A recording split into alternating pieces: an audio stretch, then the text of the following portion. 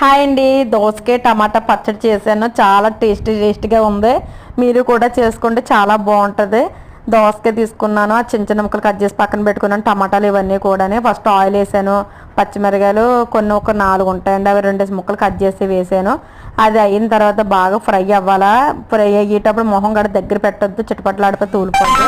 Next ఏం చేసి పక్కన పెట్టేసాను. దోసకాయ ముక్కలు కొంచెం పచ్చివాసన పోయే వరకు బాగా అవి కూడా వేపుకోవాలి ఆయిల్లో. ఇంకా ఆయిల్ ఏమీ వేయలేదు, ఇంకా అదే ఆయిల్ అండి. మొత్తం ఆల్మోస్ట్ అంతటికి కూడా అన్ని ముక్కలు అందులో ఫ్రై అయ్యి పక్కన పెట్టేశాను.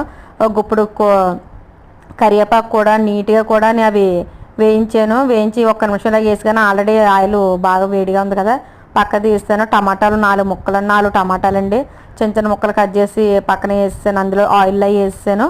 అవి వేసిన తర్వాత చిన్న చింతపండు కడిగేసి వేసాను. అది కూడా బాగా ఫ్రై అవుతూ ఉంది ఆయిల్లోనే. గుప్పుడు కొత్తిమీర వలుతున్నాను పక్కన కట్ చేసి, అది కూడా పక్కన పెట్టాను. పక్కన పెట్టేసిన తర్వాత ఇది బాగా వేగిన తర్వాత అప్పుడు కొత్తిమీర కూడా వేసి వేగించాను. కొంచెం రాళ్ళు వేసాను. వేసి అవన్నీ కూడా చల్లారి పెట్టానండి, మిక్సీ జార్లో వేద్దామని. అవన్నీ ఫ్యాన్ గాలి కింద పెట్టేశాను, ప్లేట్లో పెట్టేసి.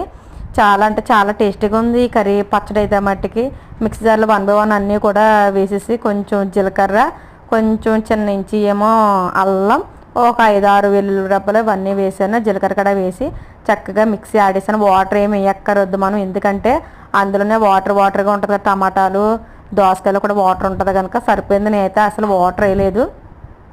ఇంకోండి ఇలాగ అయిపోయింది. అయిపోయిన తర్వాత పోపుకి పక్కన మళ్ళీ అదే ప్యాన్ అండి. ఇంక 100 పెనాలు కూడా ఇంకేం చేయదలుచుకోలేదు. మా అమ్మాయి నువ్వు బాబు నేను చేయలేను బాబు, నాకు వద్దు బాబు, నేను తోను బాబాయ్ అంటుంది మా చిన్నమ్మాయి. ఆవిడ గారే పెద్ద పని చేసినట్టు రోజుని.